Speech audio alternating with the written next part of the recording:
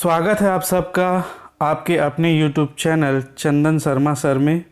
दोस्तों, आज हम लोग जो करेंट टॉपिक है जो बहुत ही चर्चा में है, कृषि बिल 2020 जो 3 बिल पारित हुए हैं उस पर चर्चा करेंगे, जो आपके आने वाले एग्ज़ाम के लिए मोस्ट इम्पॉर्टेंट है। ठीक है, तो आप लोग दोस्तों वीडियो को पूरा देखिए, आपको इससे क्वेश्चन ज़रूर देखने को मिलेगा। एक एक शब्द को आप लोग नोट करते जाइएगा। ठीक है, तो हम लोग इसमें मैं पहले ही बता दे रहा हूं, जो किसान आंदोलन कर रहे हैं कृषि बिल पर, जो विवाद हो रहा है उस पर चर्चा नहीं करेंगे, बल्कि जो एग्ज़ाम के पॉइंट ऑफ व्यू से है, जो वनडे एग्ज़ाम के पॉइंट ऑफ व्यू से हम लोग इसको चर्चा में लेंगे। ठीक है, याद रखिएगा मेंस के लिए थोड़ा सा और पढ़ना पड़ सकता है आपको। हम लोग वनडे एग्ज़ाम के लिए कंप्लीट पैकेज जो है इस पर चर्चा करेंगे। उसमें हम लोग जो मोस्ट इम्पॉर्टेंट चीज़ें हैं, जैसे संसद द्वारा ये बिल कब पारित किया गया, लोकसभा से, राज्यसभा से, राष्ट्रपति द्वारा, एमएसपी क्या है, एमएसपी कौन जारी करता है, किसकी सिफारिश पर जारी की जाती है,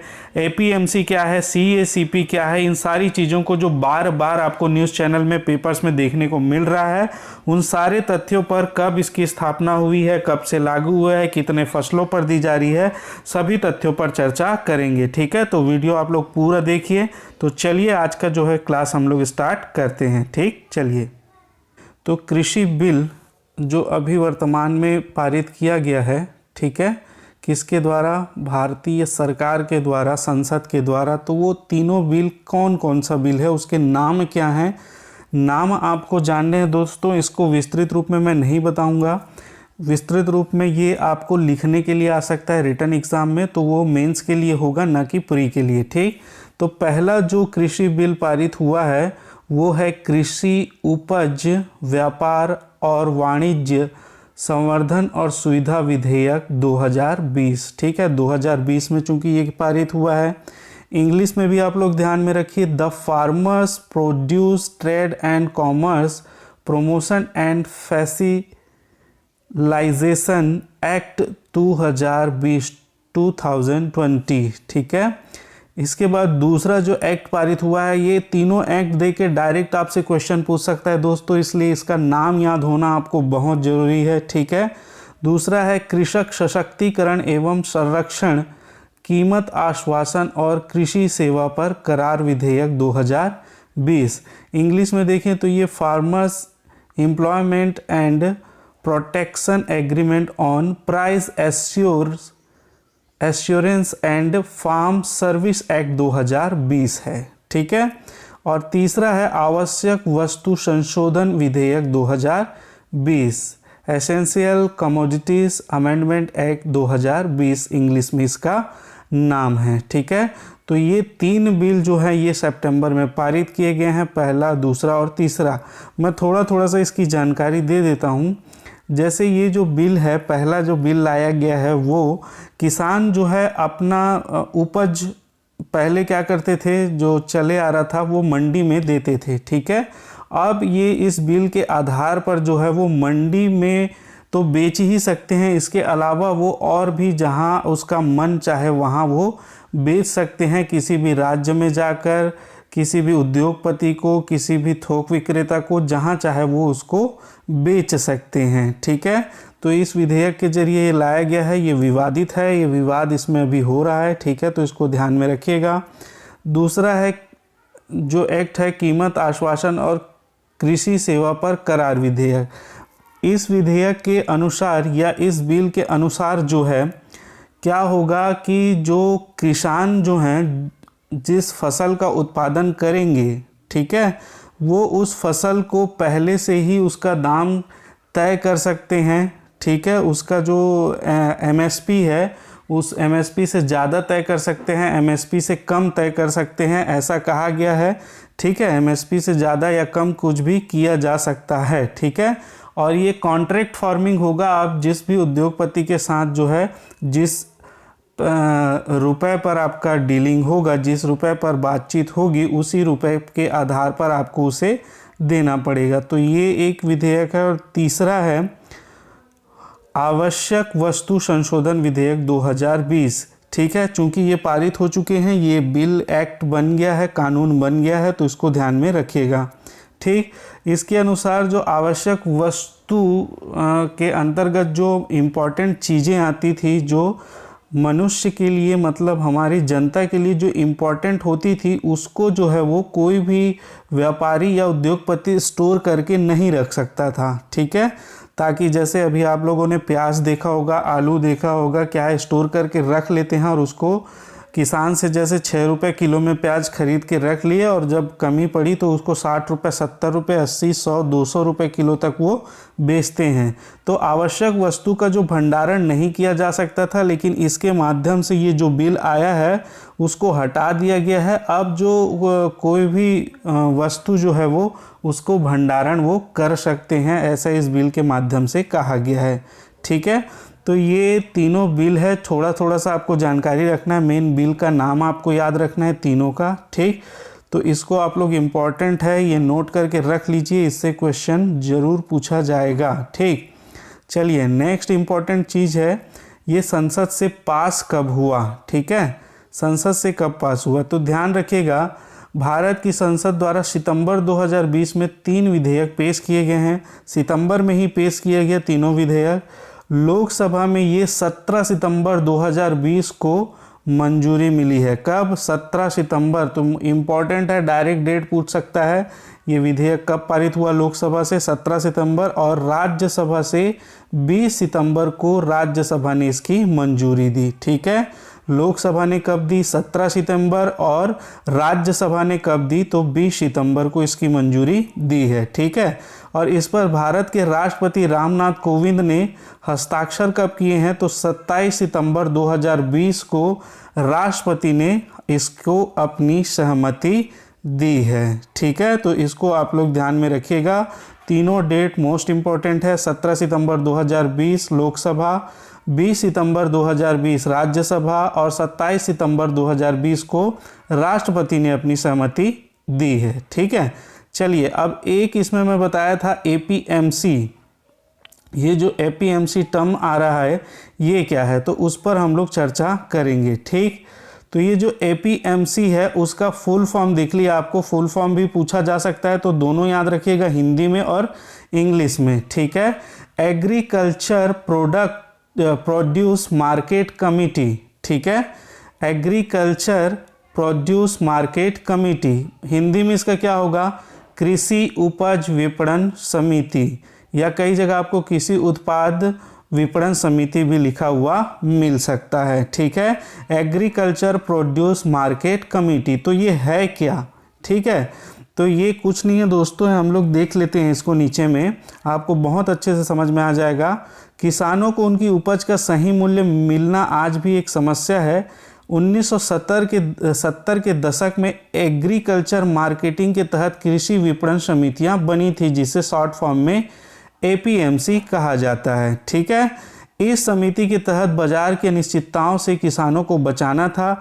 एपीएमसी कानून लागू होने के बाद कृषि बाजारों में व्यवस्था लाने और बिचौलियों के हाथों किसानों का शोषण रोकने हेतु ये समिति गठित की गई थी। ये दोस्तों आप लोगों ने देखा होगा, किसान जब फसल का उत्पादन कर लेते हैं तब वो मंडी में, जो उनकी मंडी होती है वहाँ पर जाकर उसको बेचते हैं।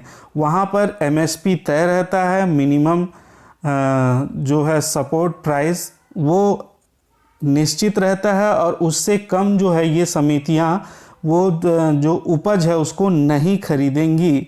ठीक है, तो ये इसलिए ये समिति बनाई गई थी एपीएमसी, जिसको कहा जाता है कृषि उपज विपणन समिति। मतलब किसानों द्वारा जो भी उपज किया जाएगा, धान, गेहूं, या इसकी क्राइटेरिया जो 23 फसलें इसके अंतर्गत आती हैं, उनमें से कोई भी खरीदा जाएगा तो इस मंडियों के माध्यम से ही खरीदा जाएगा। ठीक है, और मंडियां जो है उनका जो एमएसपी है उससे कम रेट में नहीं खरीदेंगी। होता ये था कि जब ये समिति नहीं थी तो किसान कहीं भी बेच देते थे, किसी भी दाम में इसको बेच दिया जाता था। जब मंडियां नहीं थी, जब ये कृषि उपज विपणन समिति नहीं थी, समितियों की नहीं रहने से किसान को घाटा होता था, वो जितना लागत लगाता था वो भी लागत नहीं निकल पाता था। तो 1970 में ये समितियां बनी और इन समितियों को ही मंडी कहा जाता है, और इसी के माध्यम से ही किसान जो है अपना फसल बेचते हैं वो भी एमएसपी पर, मिनिमम सपोर्ट प्राइस, न्यूनतम समर्थन मूल्य पर बेच सकते हैं, ठीक है, इन विपणन समितियों के माध्यम से, ठीक है। तो आपको ये सारी चीज़ें ध्यान में रखनी है। एग्रीकल्चर प्रोड्यूस मार्केट कमेटी का इसका जो है वो गठन 1970 के दशक में हुआ। एक्चुअल में इसमें डेट फिक्स नहीं है, इसलिए नहीं है क्योंकि सारे स्टेट को पावर दिया गया था कि आप अपने हिसाब से जो है इन समितियों का गठन करेंगे, ठीक है। तो इसको आप लोग ध्यान में रखिएगा। अब इससे जो बिचौलिए थे उनका जो है वो धंधा समाप्त हो गया, जो कुछ भी रेट में खरीद के लेते थे और ज़्यादा रेट में जो है वो बाद में बेचते थे, तो उनका जो है वो धंधा समाप्त हो गया। मंडियों के माध्यम से किसान जो है डायरेक्ट अपना फसल एमएसपी पर बेचने लगे, ठीक है। अब देखिए इसमें दूसरा टर्म्स दोस्तों आएगा, वो है एमएसपी। एमएसपी क्या है? Minimum support price. हिंदी में देखिए तो न्यूनतम समर्थन मूल्य, ठीक है।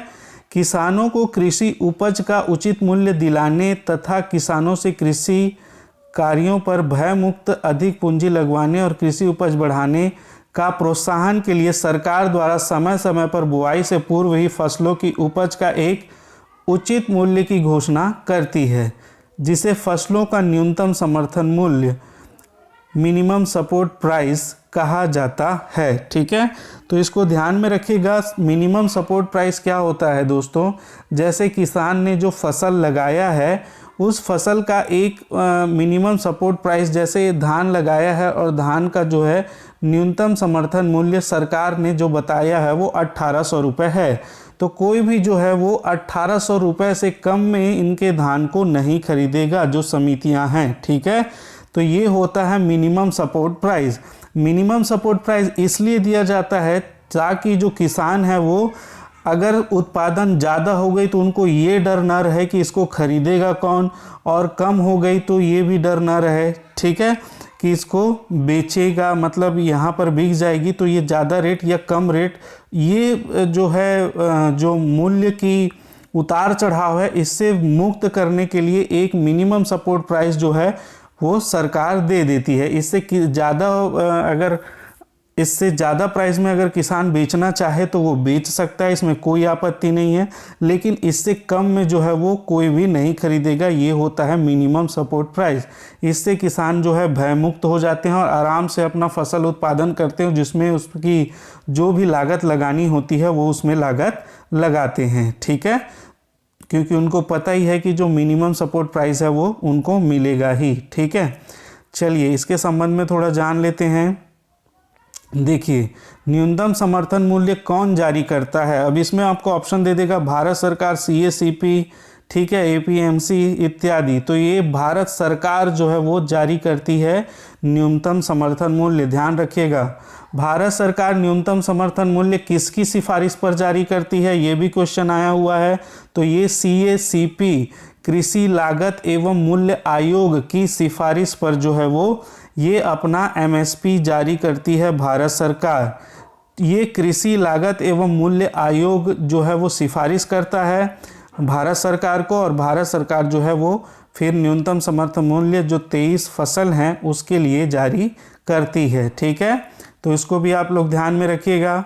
यहाँ पर देखिए एमएसपी के संबंध में कुछ जो बातें हैं उसको यहाँ पर चार्ट में बता दिया गया है। इसका उद्देश्य क्या है? तो किसानों को निर्धारित आय प्रदान करना। इसका लाभ जो है फसलों के उतार चढ़ाव में किसानों पर कोई असर नहीं पड़ता। एमएसपी कब से प्रारंभ हुआ? तो ये 1966-67 से प्रारंभ हुआ, जब जो है गेहूं की फसल के लिए एमएसपी इसी समय जो है वो दिया गया था, ठीक है। हरित क्रांति हुई थी उसी समय एमएसपी सबसे पहले दी गई थी। एमएसपी किसके द्वारा तय की जाती है? तो कृषि लागत एवं मूल्य आयोग के द्वारा तय की जाती है। तय करके ये सिफारिश करते हैं, ठीक है, इसको ध्यान में रखना। तय की जाती है लेकिन ये सिफारिश करते हैं भारत सरकार को, और जारी करता है कौन? भारत सरकार, ठीक है। उस पर विचार किया जाता है, आर्थिक मामलों के जो मंत्रालय होता है वहाँ पर इसका विचार विमर्श होता है और उन लोग फिर जारी करते हैं, ठीक। तो इसको भी ध्यान में रखिए। नेक्स्ट देखेंगे सीएसीपी, एक और टर्म्स जो है सीएसीपी। तो ये क्या होता है? ये सिफारिश करता है भारत सरकार को। क्या है ये? Commission for agriculture cost and prices. कृषि लागत एवं मूल्य आयोग, यही जो है वो सिफारिश करता है भारत सरकार को, और भारत सरकार जो है एमएसपी जो जारी करती है। ठीक, इसकी स्थापना कब हुई थी दोस्तों? तो इसकी स्थापना हुई थी 1965 में। कौन से मंत्रालय के अंतर्गत आता है, ये इंपॉर्टेंट है, तो कृषि एवं किसान कल्याण मंत्रालय के अंतर्गत आता है। ठीक है, फुल फॉर्म आपको ध्यान में रखना है, commission for agriculture cost and prices. पूर्व में इसका नाम देखें दोस्तों, तो ये इसका नाम जो है जब 1965 में इसकी स्थापना हुई थी तो था एग्रीकल्चर प्राइसेस कमीशन, कृषि मूल्य आयोग इसका नाम था। ठीक है, बाद में इसका नाम 1985 से इसे कृषि लागत एवं मूल्य आयोग, commission for agriculture cost and prices कर दिया गया, तब से इसको CACP कहा जाने लगा। ठीक है, इसमें दोस्तों एक अध्यक्ष होता है, ठीक है, एक सचिव होता है, और भी इसमें सदस्य होते हैं, लेकिन आप लोग जो मेन है उसको ध्यान में रखिए। वर्तमान में इसके अध्यक्ष हैं प्रोफेसर विजय पाल शर्मा। अभी बहुत ज़्यादा हाईलाइटेड है, तो इससे क्वेश्चन आपको पूछा जा सकता है। तो इसके वर्तमान में अध्यक्ष कौन है? प्रोफेसर विजय पाल शर्मा। ठीक है, CACP जो है हर साल 23 कमोडिटी मतलब 23 फसलों पर, ठीक है, वस्तुओं पर MSP न्यूनतम समर्थन मूल्य की सिफारिश करता है, जिसमें 7 प्रकार के अनाज हैं, 5 प्रकार के दाल, 7 प्रकार के तिलहन, 4 वाणिज्यिक फसलें हैं। ठीक है, तो इस प्रकार से 23 फसलों पर जो है न्यूनतम समर्थन मूल्य की सिफारिश करता है संबंधित मंत्रालय को, और मंत्रालय में जो आर्थिक मामलों का जो मंत्रालय है, जो समिति है, वो उसमें विचार विमर्श करती है। जो CACP जो किसानों की दशा, कृषि की स्थिति, बाजार की स्थिति, आवागमन की स्थिति, विपणन की स्थिति, सारी स्थितियों का आकलन करके एक मिनिमम सपोर्ट प्राइस निकालकर सिफारिश करती है भारत सरकार को। भारत सरकार के आर्थिक मामलों की जो समिति होती है वो उस पर विचार विमर्श करती है, और उसके बाद जो है MSP लागू कर दिया जाता है 23 फसलों के लिए। ठीक है, तो ये बहुत ज़्यादा इम्पॉर्टेंट है दोस्तों, क्योंकि इस बार जो है इस पर बहुत ही विरोध चल रहा है, तो हो सकता है आपको क्वेश्चन इसमें से ज़रूर देखने को मिले। ठीक है, तो आप लोग जो है इसको नोट कर लीजिए बहुत अच्छे तरीके से, क्योंकि ये आपके बहुत ही काम आने वाला है। ठीक है, तो आज के लिए दोस्तों इतना ही। आप लोग अगर चैनल में नए हैं तो प्लीज़ इसको सब्सक्राइब ज़रूर कर लेना, और वीडियो पसंद आया हो तो इसको लाइक करना, और कुछ भी डाउट हो तो आप कमेंट्स में पूछ सकते हैं। ठीक है, तो आज के लिए इतना ही। आप सबका बहुत बहुत धन्यवाद।